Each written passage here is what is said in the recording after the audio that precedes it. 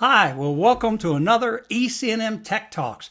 Today, we're going to bust out some information on hazardous classified locations, alrighty?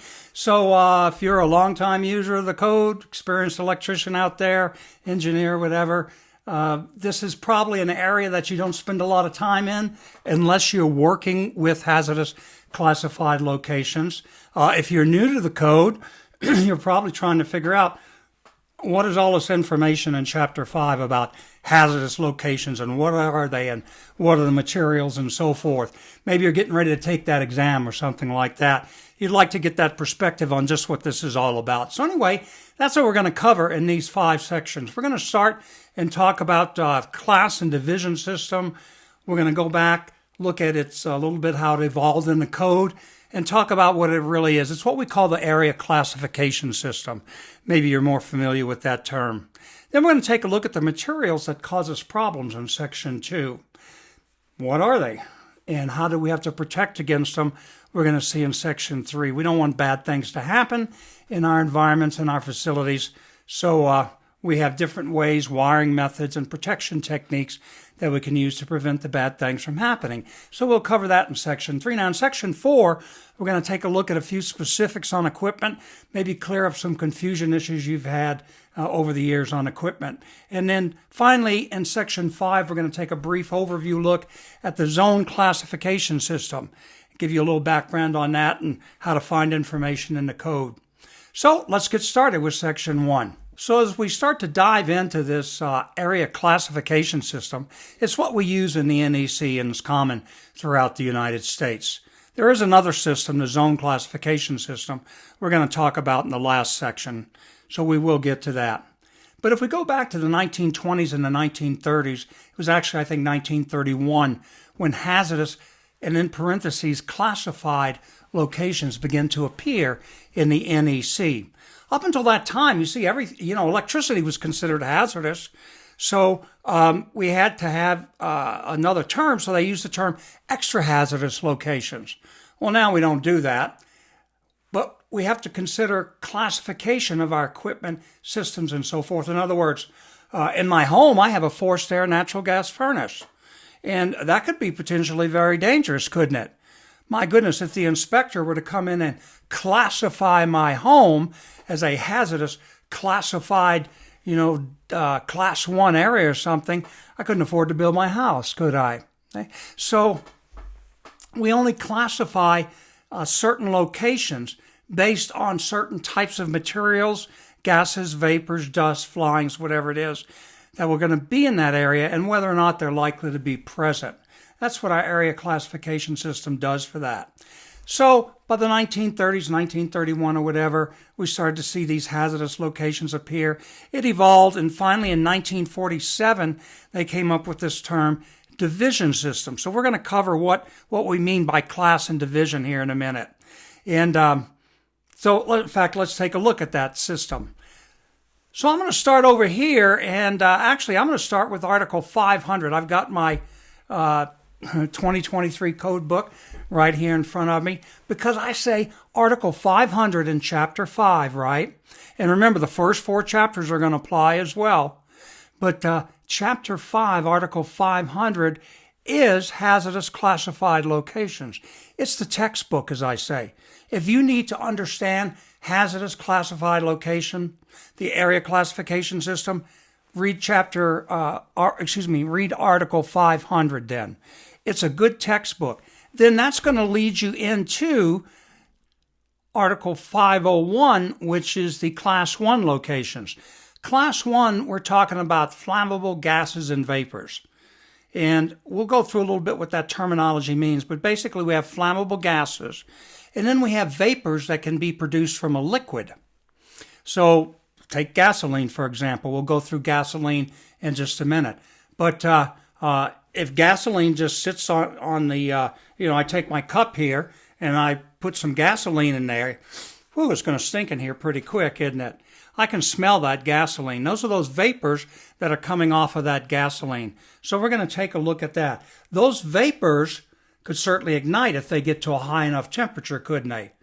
And if they did, watch out. Some rapid combustion. You and I call it an explosion, but I think the textbooks say it's rapid combustion. So anyway, it's not good, is it?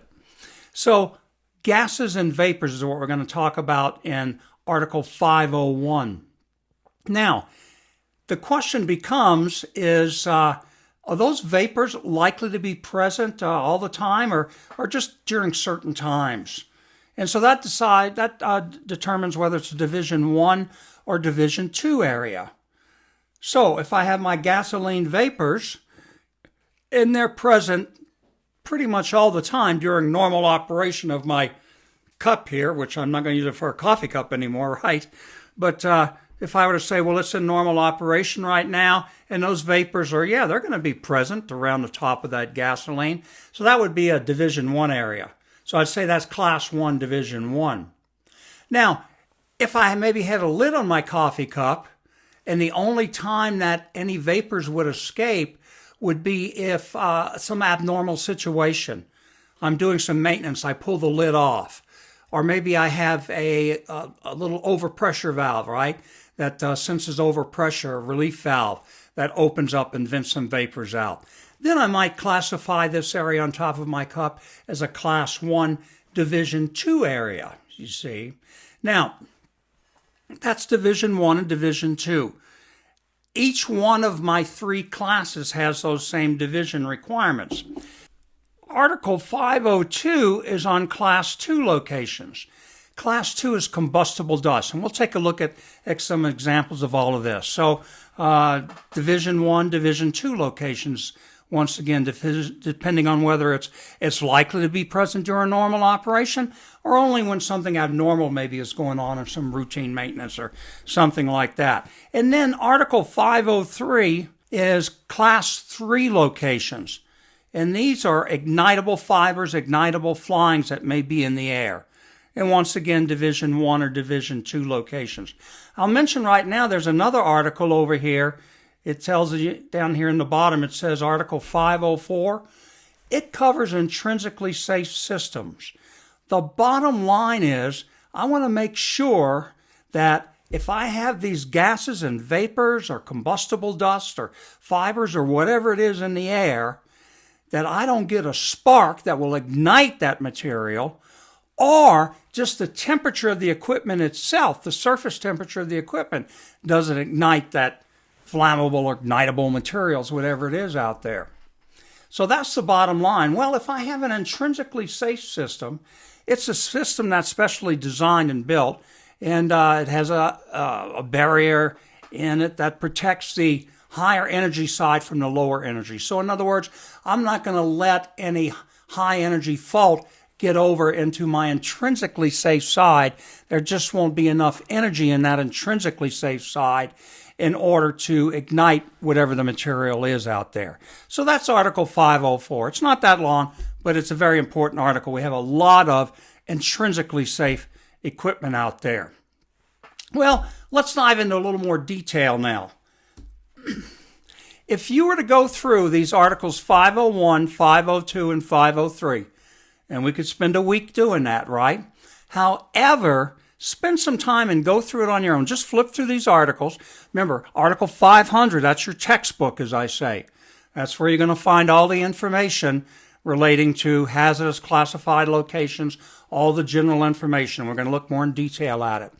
But if I look at 501, 502, and 503, so 501, gases and vapors, 502, combustible dust, and Article 503, fibers and flyings, they're laid out the same way. It makes it so much easier to find the information.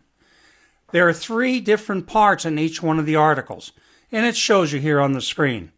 General information is in Part 1. Wiring information, my wiring methods that I'm permitted to use. What types of conduit do I use? Can I use MC cable? If so, what type of MC cable? And so on and so forth. That's covered in Part 2 of each one of those articles. Part 3 covers the equipment itself. What types of equipment then can I have in these locations? Do I need an explosion-proof motor? Or can I use a motor that's suitable for ordinary use? That's where I'm going to find that information in part 3. Now, if I keep going, if I look into each one of those articles, there are different sections. So, for instance, 502.10 is on wiring. 502.10a is on wiring methods in Class 2 Division 1 locations. 502-10b is on wiring in Class 2 Division 2 locations. So that'll help you as well. Division 1 is going to be Part A, and Division 2 you're going to find in the B subsections then. So that helps you to get through and navigate these different articles. And they're all the same, 501, 502, and 503. Now, as far as the topics, the important topics, Dot 10 is always going to be on wiring. Dot 15 is going to be on sealing requirements. I don't have any sealing requirements for ignitable fibers and flyings in Article 503. But sealing, in other words, I have a conduit and I don't want my bad gases and vapors to work their way through that conduit and make it out somewhere where it could cause that explosion, right?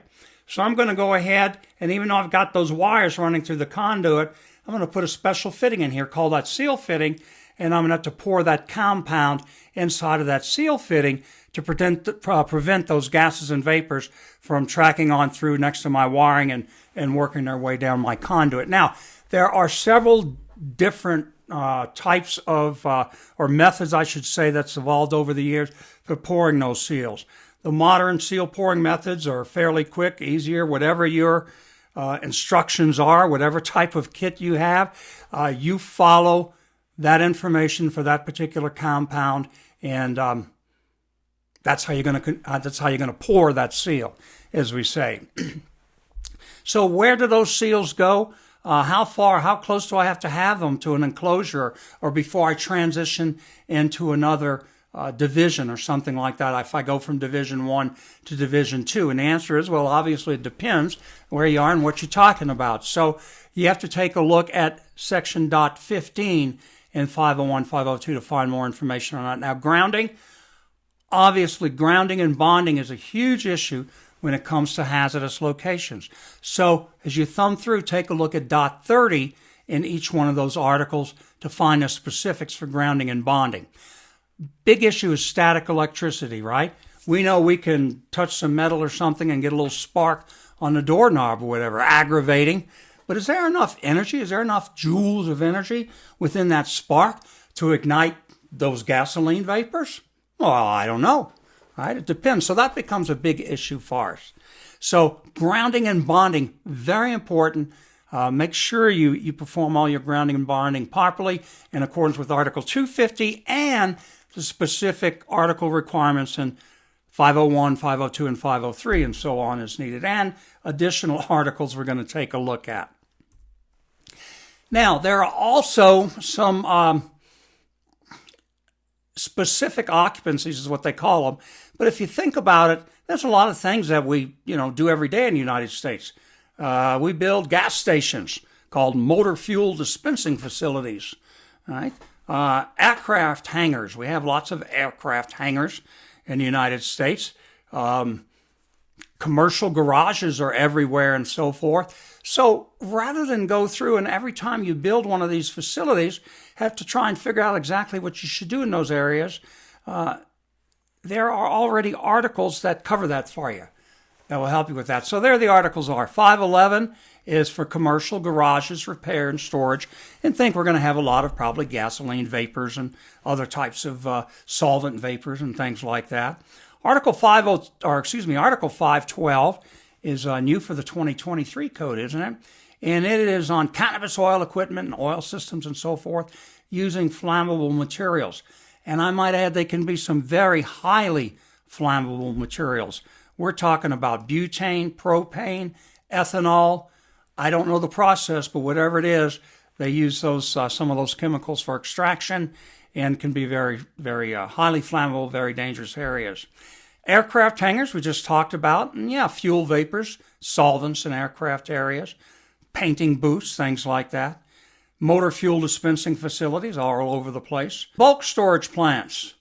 If you take a look at all of those great big huge bulk storage plants, and you can have a big farm out there of all of these big tanks, big tank farm, and you'll notice there are berms around the tanks, and then usually the pumps and valves and all of that are right outside the tank, and they're in a pit area right there. If those vapors, or often are, heavier than air, where are they going to go? If they come out of the tank, they're going to settle down into that berm area and that pumping area and so forth. So all of a sudden, all of those areas around those big storage tanks, it's classified. It's Class 1 areas and could be Division 1 or Division 2, depending on where you are within those areas. Article 516 is on spray application, dipping, coating, printing processes using flammable and combustible materials in. Article 517 is interesting. It says healthcare facilities. The only reason that we could consider a healthcare facility as being, falling within hazardous classified locations, we'd have to go way back in time, back to when they used ether as an anesthetic. Ether, highly flammable, very volatile, easily evaporates, meaning volatile, and so forth. But we don't use ether anymore in the United States as an anesthetic. So thank goodness we don't have to worry about that. Even our developing countries are going to more and more advanced anesthetics, if I can say that, rather than ether, okay? So anyway, we really don't, unless we've got some special area, some gases we're using for some purpose or whatever. Remember, oxygen now, oxygen is not flammable. Oxygen is an oxidizer. It certainly speeds up a reaction, but by itself, oxygen is not flammable. So anyway, you can find a lot more information on all of these topics relating to these different gases and vapors and dust if you go to the NFPA standards. NFPA 497 is on gases and vapors, and NFPA 499 is on combustible dust. You'll find all of the specific information in there. Also, I'll give you another reference as well. It's a free government website. It's the Chemical Safety Board. I think it's csb.org. But anyway, you can look up the Chemical Safety Board. They analyze accidents that happen. You can certainly Google enough, horrible incidents that have happened over the years and find the videos and so forth. The CSB analyzes those, produces their own videos. They're very good. They also have a lot of information on hazardous classified locations for you. So if maybe you need to do some training on this on your own, do some toolbox safety talks, whatever it is, a little shop talk on all of this, certainly there's plenty of resources out there for you. Let's take a look at our materials then. Materials are covered in Article 500, Section 6. So 500.6, and remember this is our textbook. 500.6, materials. These are the things that I say, these are the things that can go boom, all right? And what the NEC has done over the years is they have taken these materials and they put them into certain groups. That's really going to help us, because if I need to, maybe I need to go to a Group F area and install some equipment. Group F, carbonaceous dust, woo, okay? And things like coal dust, all righty? Coal dust, coke dust. We have a lot of coal and coke out there. And so carbon black, another example. But anyway, those carbonaceous dust, righty? And so if I look on the nameplate of my equipment, we'll see in a minute, but it's going to tell me it's suitable for a Group F environment, Group F location. That's important to know. So when it comes to materials within the Class 1, Class 1 is our flammable gases and vapors, right? We have Group A. The only thing that's in Group A is acetylene. Group B is hydrogen. Group C is ethylene, is an example. And then some examples out of Group D, and there are a lot more, are gasoline and propane, for example. Now, if you go to that NFPA 497, you will find a whole list of several pages in small print of the different gases and vapors that we have in liquids that can produce flammable or combustible vapors. And those will tell you what group, by each one it tells you, there's a column that says what group it belongs to. So that can help you as well. In the class 2 areas, where we have combustible dust, group E would be metal dust. Group F is our coal dust, right? If you've ever worked in a coal plant and on coal conveyors and all that, you understand that issue very well. Flour, grain, wood, and plastic dust and so on are all covered under group G within class 2. And in class 3, there are no specific groups in class 3. That's our ignitable fibers and flyings in class 3, Article 503. So that's our different groups, our material groups. Those are important to know. Let's use an example and talk about this for a second. Let's use gasoline. So I've got my gasoline right here. Let's talk about a couple of these terms. First of all is the flash point. It says that the flash point up there on the bottom right of your screen, the flash point of gasoline is minus 51 degrees Fahrenheit. About, okay, pretty close to that. What does that mean?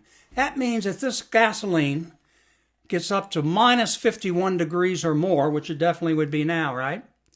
Minus 51 degrees Fahrenheit or more, that liquid will start to produce enough vapors.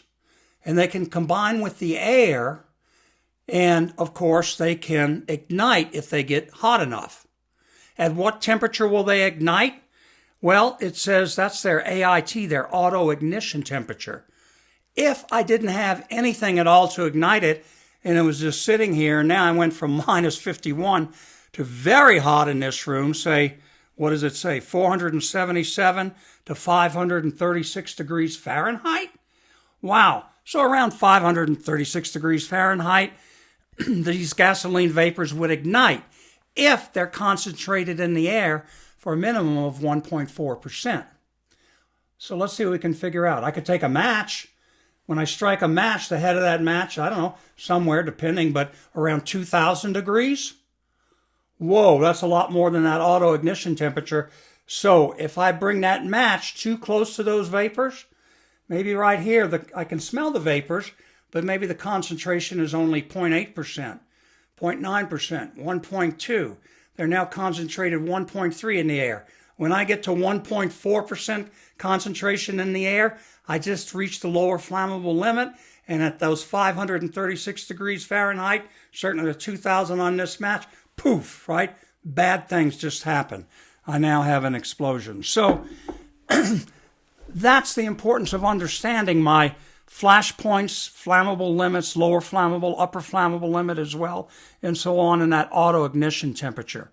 Now we have liquids, we said, liquids that will give off these vapors that can ignite. Now the question is, and you'll see the term in the code, they're going to use flammable liquids or combustible. The liquid is going to produce either flammable vapors or combustible vapors. And what's that talking about? All it has to do is with that flash point. If the flash point of this liquid in here is 100 degrees Fahrenheit or more, the vapors that come off, I call those combustible, and that's a combustible liquid. If the flash point of this liquid inside of this cup is less than 100 degrees Fahrenheit, then in that case it's said to be flammable. And any vapors that come off that would ignite would be flammable vapors and or flammable liquid inside the cup then. So a little terminology. Once again, Article 497 is where you'll find all of that, or excuse me, NFPA 497 is where you'll find all of that information. Let's talk about protection now, the different protection techniques. Well, there are 21 different protection techniques listed in Article 500, Section 7, 500.7. Also, each article, 501, 502, 503, and so on, have different wiring methods that are allowed within their class and division 1 and 2 areas. So we would need to go to those specific articles as well. Now, to give you an idea, what do we mean by protection techniques? Well, a couple of things. I don't want a spark to ignite anything, right? And I don't want the temperature of the equipment to ignite the vapors in the area or dust, whatever it is. So we have requirements. Of those 21 listed, for instance, there's a requirement for explosion-proof equipment in Class 1 areas, maybe a Class 1 Division 1 area. Now, by explosion-proof, I don't mean it's explosion-proof. All I mean is that device, that box or enclosure or motor, whatever it is going to contain any explosion that occurs so that that energy is not transmitted to the outside of the switch box or whatever it is and ignites the surrounding area. The piece of equipment, if there's been an explosion on the inside, it continues to function. We probably won't even know what happened. So explosion-proof equipment, understand that term. Take a look at your requirements in Class 1 areas, especially for locations for explosion-proof equipment. In our combustible dust areas, we get into things like dust ignition-proof and dust-tight. Dust ignition-proof is going to give us more protection than dust-tight, but we'll see those in Class 2 and Class 3 just for the dust-tight requirements. Purged and pressurized. So I have this enclosure. Let's go ahead and force some air in there and purge it out. Or let's go ahead and purge it and maybe keep it pressurized with some type of gas that's inert. That might be a good idea as well. I'm going to have to monitor that. I might want some alarms associated with it. So that's going to get pretty involved when I start getting into purged and pressurized system. We mentioned intrinsic safety systems, and then non-incentive techniques are also a wiring method and equipment that we can use. And the difference, so intrinsic safety, we said just not enough energy to cause any type of rapid combustion explosion. By non-incentive, we just simply mean that the system is designed that it's not going to give enough energy to cause an explosion. It can't produce enough energy to cause the explosion, unless there's a fault, maybe in the power supply or something that gets transmitted through. Whereas in intrinsic safety, we have that intrinsic barrier in there to separate the higher energy area from that lower intrinsically safe area. Now, detection systems for flammable gases, sounds like that would be a good idea. Maybe we want to get some alarms and so forth. I mentioned in my home, I have a forced air natural gas furnace. And thank goodness the inspector did not classify my home as a hazardous location. Why? Because my furnace is considered a sealed system. And so if it's installed per the code requirements for that installation work, then it's perfectly safe. And thank goodness my home is not classified. I have to maintain that system just like anything out in the field, don't I? If not, I may have trouble with it later on, and then it wouldn't be good. And then finally, we have a lot of fiber optics, optical fiber in there, or out there in the field now, don't we? Article 770 on optical fiber systems. So some of the protection techniques, it goes into quite a bit of detail on these techniques for optical protection methods. Resistance impeding heating techniques are also covered, and non-sparking designs of equipment and so forth. We're always going to use non-sparking tools, intrinsically safe meters, intrinsically safe laptops and tablets and cameras and things like that anytime we're inside of those hazardous location areas. Now let's talk about the equipment itself. The equipment, it has to be suitable for the area, and we're going to see how we can figure out to see if that's true or not. Why? Well, it's going to be listed and labeled, and we understand that back from Article 110, right, and definitions in Article 100. And or we could, it could be an evaluation or a field evaluation or whatever, but it must be identified, and it is. We're going to take a look at some typical information on a label for hazardous locations. It has to have the proper marking. If you think about it, temperature, we're worried about the surface temperature of that equipment while it operates. Think of a motor. And then, of course, division and classes and what types of materials it's suitable for and so on. And then the auto ignition temperature. I want to make sure whatever equipment I'm using, right, that's the temperature at which these vapors are going to ignite. And I've got to make sure any equipment I'm using will not ignite those vapors or dust. So that is my temperature limits, and we're going to see some of that information on the labels. Threading requirements are also covered under equipment. This is where we get our term, the 5 full threads of engagement, whether it's NPT national pipe threads or our metric threads, whatever we're using, probably a lot of NPT, right? And so we have to have for hazardous locations, because those vapors will track around those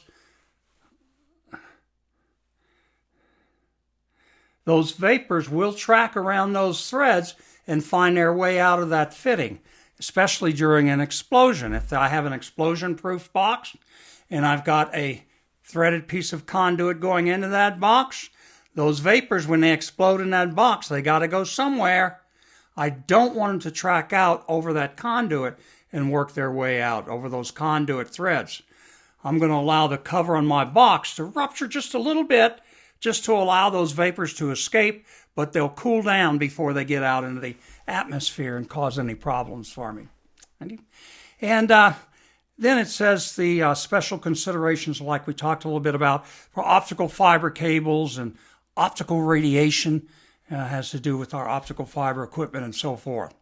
So that's the requirements on our equipment in a nutshell. Let's take a look at one of these confusing areas then and talk about the labeling. So what are we looking for when it comes to the label then on a piece of equipment, whether it's that switch box, a junction box, a motor, whatever it is that I'm going to install?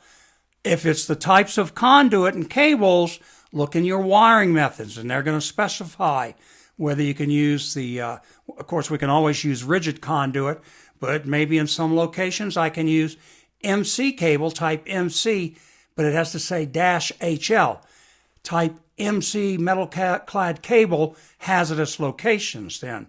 And that's usually, it's that metal-clad MC cable that we see with that PVC sheath on it, the whole length of the cable, and it's usually black, it seems like.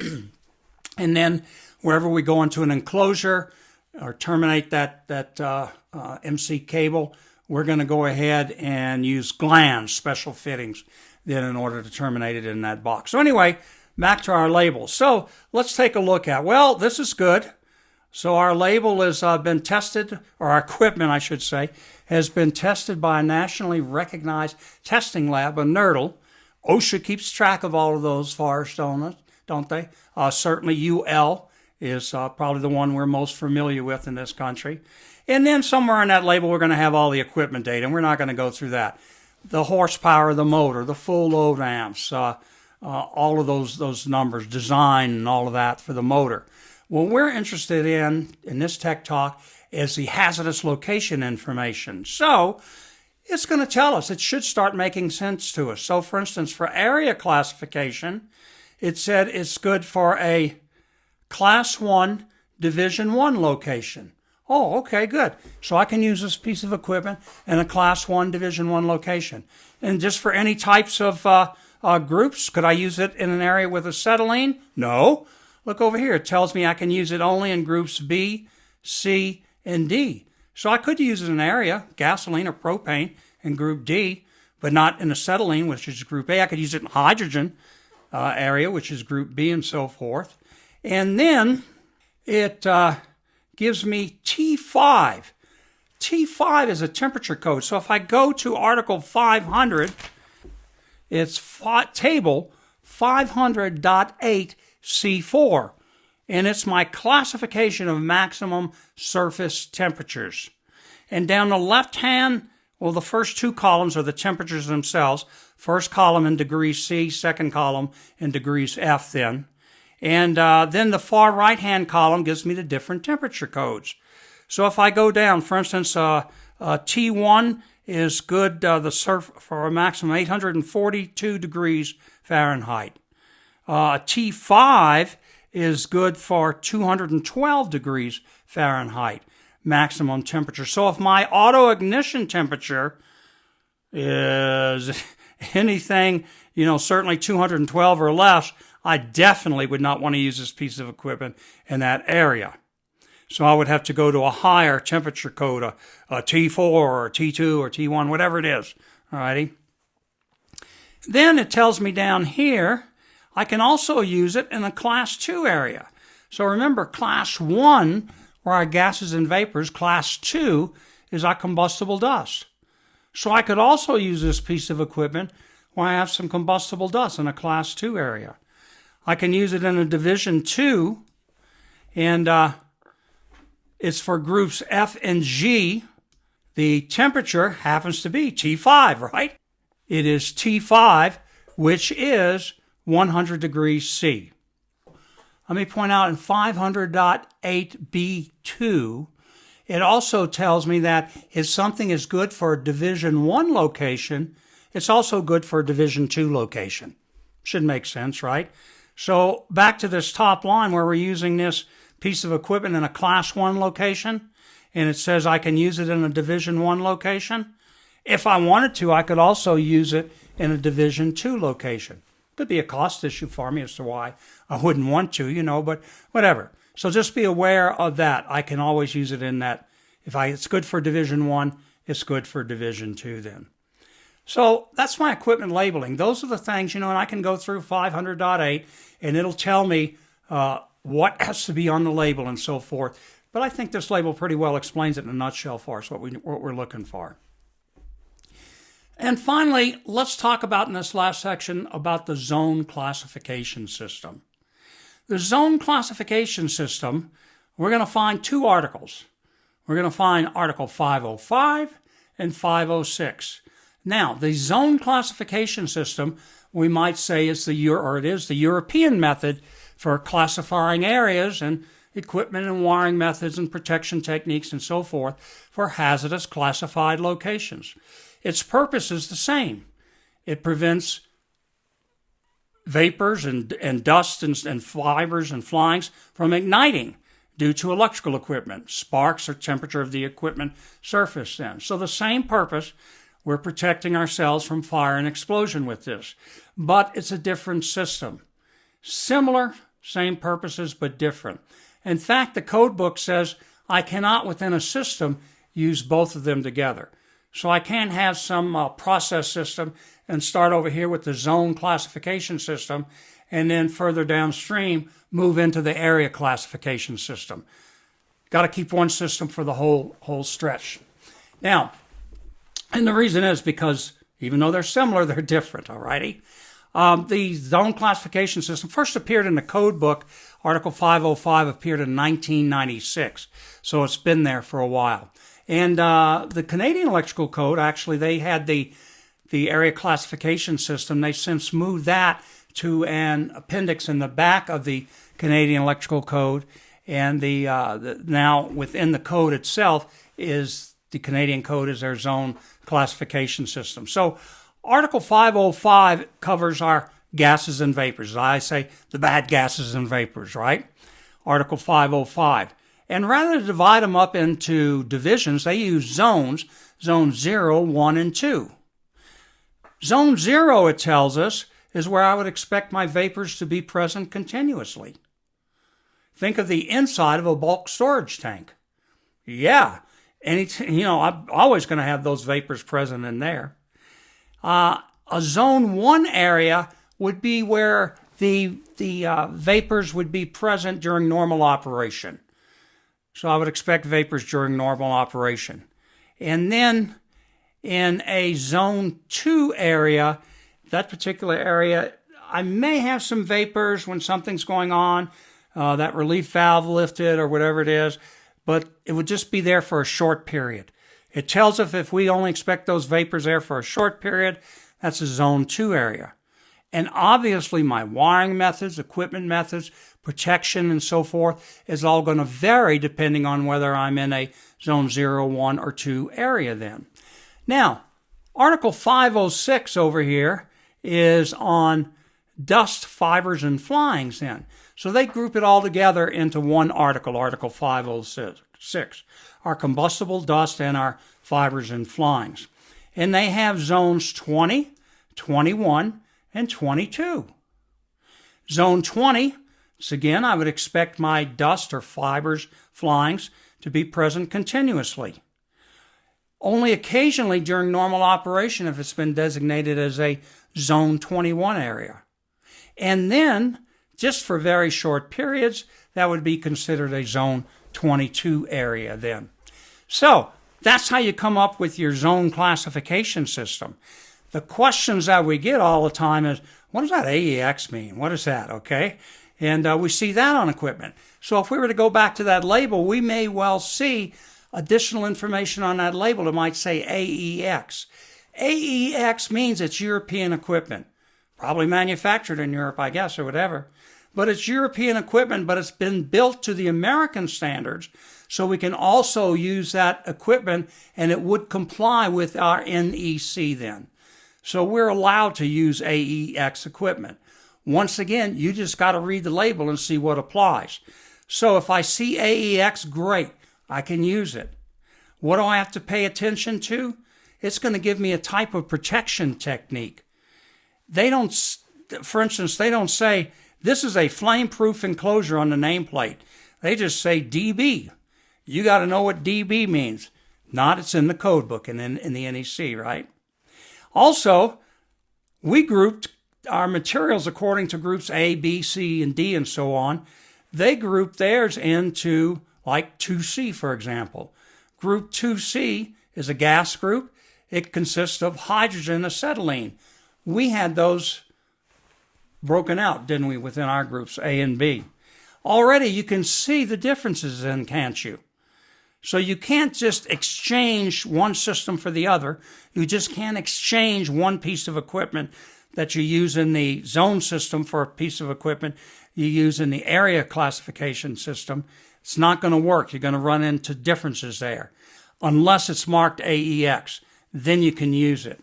T4 is our temperature class, just like we had. Less than 135 degrees C, that would be T4, it says.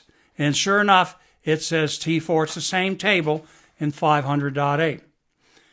Numbers are the same. And then there's another term on here, GB. And they say that's the equipment protection level. What that's telling us is, okay, that piece of equipment, it's manufactured for use in the European zone system, all righty? And when it's used within that system, that piece of equipment has different protection levels. We don't cover that in the NEC.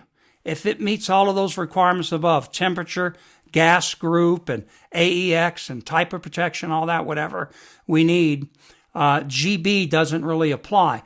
But it's on there to tell us that within the European system, it also falls under different levels of classification for protection. So that wraps it up then for our hazardous classified locations. Be sure to get out your code book, flip through it, look up some of these things, highlight depending on how much you need to grab out of that code book, spend some time with it.